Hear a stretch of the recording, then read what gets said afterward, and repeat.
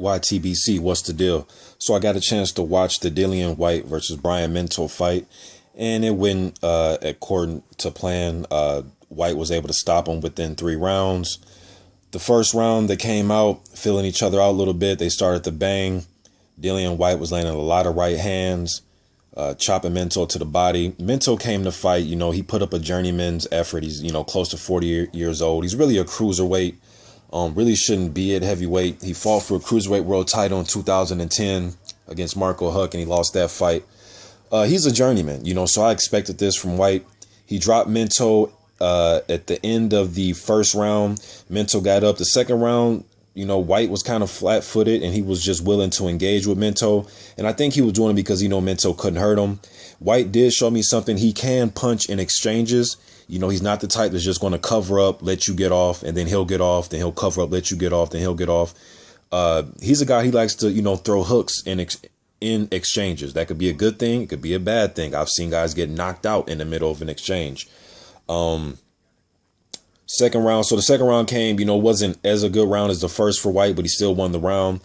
Third round, he caught Minto again, dropped him. Minto just stayed down on one knee. He didn't want to get up, pretty much said uncle. Threw in the white flag. He just took the 10 count on his knee. He looked gassed, looked winded, did Minto. I noticed he had on a pair of Michael Jordan tennis shoes. And when guys come in the boxing ring with tennis shoes, man, I don't know. It's like, did he leave his shoes at home? Is his head not really into it? I was hoping he didn't twist his ankle when he was in there, man, because he was trying to move and get away from punches. What I've seen from Whyte, though, is, and I know I'm nitpicking here, but one of the things that I noticed, and I know he's working with Jonathan Banks, who studied under Manuel Stewart. They got to, work on him coming back with a left hook, because he was right hand crazy in this fight with Minto. And he was landing that right hand, but he was so off balance after throwing the right hand, and he never came back with a left hook. Now, I believe he did catch Minto with the hook in an exchange in the third round, and that's what made Minto take that knee, because he got caught with a hook he didn't see. It was kind of a quick hook, and he got caught with a right hand after. But that's one thing that I noticed from Whyte. He's very off balance once he throws the right hand. Joshua's going to be up next in his fight with Cornish.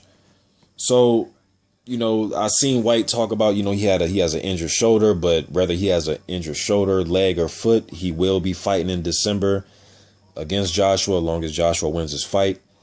So I don't know, man. For what I've seen, I'm going to watch Joshua here in a second, but for what I've seen, I still think, it'd be a tough, interesting fight, but he looks a lot slower, a lot more powerful than Joshua.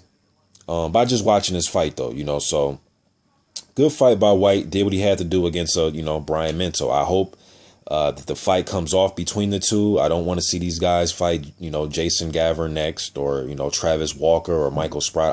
I don't want to see those fights, so props to Dillian Whyte getting the job done, improves to 16-0 with 13 knockouts.